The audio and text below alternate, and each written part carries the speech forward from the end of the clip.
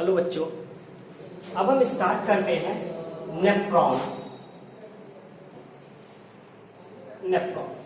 जो नेफ्रॉन्स होता है that is functional unit of kidney. Main functional unit of kidney भी इसको कहते हैं। रीजन क्या है? किडनी में जो मेन फिल्ट्रेशन होता है अल्ट्राफिल्ट्रेशन, वो अल्ट्राफिल्ट्रेशन या ग्लोमेरुलस फिल्ट्रेशन जो होता है वह कंप्लीट किया जाता है किसके द्वारा? नेफ्रॉन्स के द्वारा। जो नेफ्रॉन्स होता है यह as a glomerulus part use किया जाता है, इसलिए इसके ऑपरेशन को अल्ट्राफिल्ट्रेशन या ग्लोमेरुलस फिल्ट्रेशन या नेफ्रिक फिल्ट्रेशन भी कहते हैं। इसी के बेस पर GFR बनता है, यानी ग्लोमेरुलर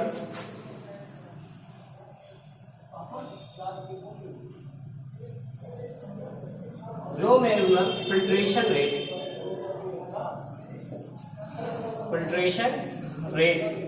जो ग्लोमेरुलर फिल्ट्रेशन रेट होता है किसी भी किडनी के केस में वो होता है सॉरी किसी भी नेफ्रॉन के केस में वो होता है 125 ml पर मिनट। 125 ml पर मिनट।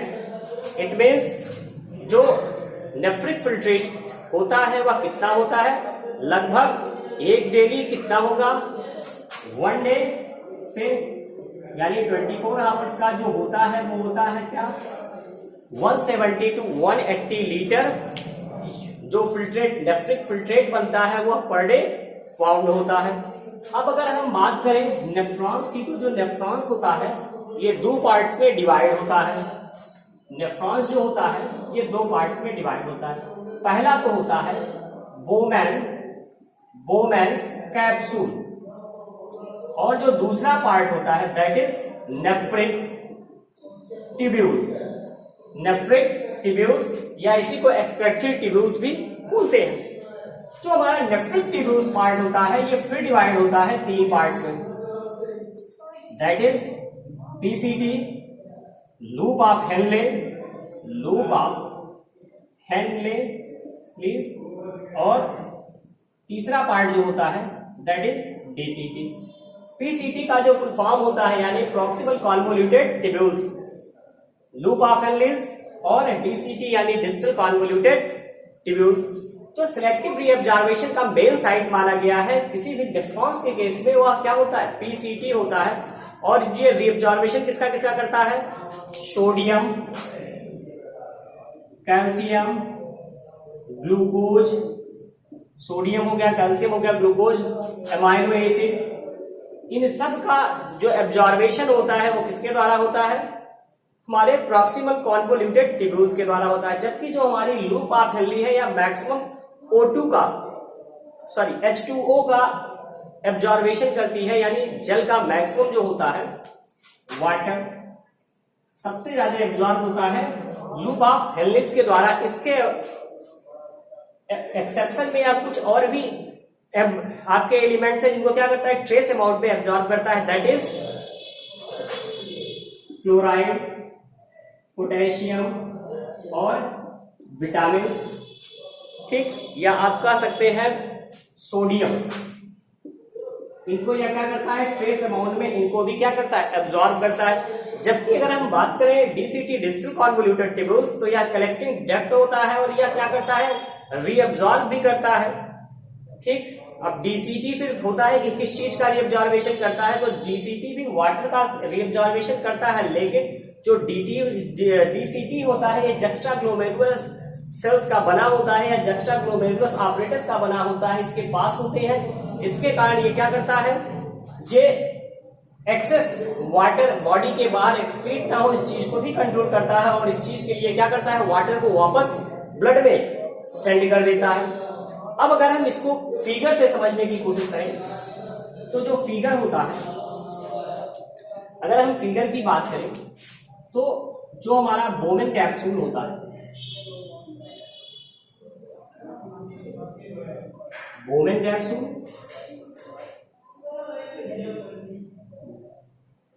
कैप्सूल हो गया, और इसके बाद का जो पार्ट्स होता है वो कुछ इस तरीके से दिखता है, ट्यूबुलर पार्ट होता है।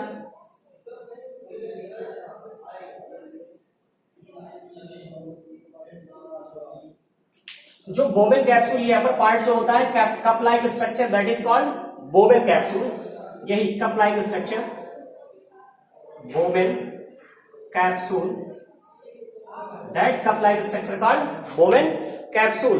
और इसमें हमारी क्या होती है, कैपिलरीज बंच पाई जाती है, कैपिलरीज की बंच पाई जाती है, कैपिलरीज की बंच पाई जाती है। ये बंच जो होती है ये ब्लड को लाने का काम करती है, कहां, इस बोमेन कैप्सूल पार्ट में। जबकि इसके बाद का ये जो पार्ट हमारा होता है, ये पार्ट हमारा कहलाता है पीसीटी, प्रॉक्सिमल कॉन्वोल्यूटेड ट्यूब्यूल्स। ये लोअर पार्ट हमारा होता है लूप ऑफ हेनलेज, और ये जो हमारा पार्ट होता है ये होता है डीसीटी यानी डिस्टल कॉन्वोल्यूटेड ट्यूब्यूल्स।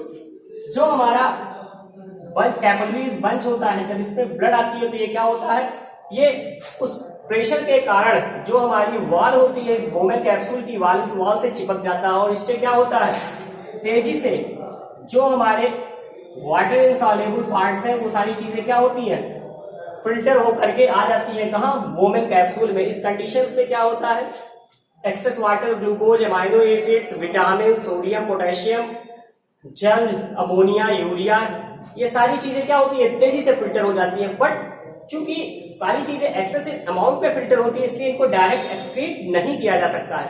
तो उस कंडीशंस में एक हार्मोन होता है हमारा एडीएच वर्क करता है, एंटी डाईयूरेटिक हार्मोन्स, या इसी को वैसोप्रेसिन हार्मोन्स भी कहते हैं। इसके वर्क से क्या होता है कि यहाँ सिलेक्टिव रीएब्जॉर्बेशन प्रोसेस स्टार्ट होता है। एक प्रोसेस होता है, इसको हम कहते हैं सिलेक्टिव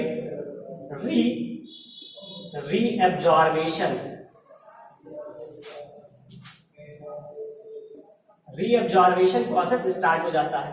इसके स्टार्ट होते ही क्या होगा, जैसे ही आपका प्रोसेस स्टार्ट होगा सिलेक्टिव रीएब्जॉर्बेशन, ये जो हमारे पार्ट्स, बाकी 3 पार्ट्स हैं, ये क्या करते हैं, जो चीजें एक्सेस इन अमाउंट में एक्सक्रीट हो रही हैं उसको एब्जॉर्ब कर लेते हैं, ताकि जो नेसेसरी चीजें हैं या जो एक्सेस इन अमाउंट में है वो बॉडी के बाहर एक्सक्रीट ना हो। ठीक, तो अब किस पार्ट में कौन सी चीजें एब्जॉर्ब होती है, तो सबसे पहले देखें जो हमारा पीसीटी पार्ट है, इसमें होता है glucose, calcium, amino acid, vitamin.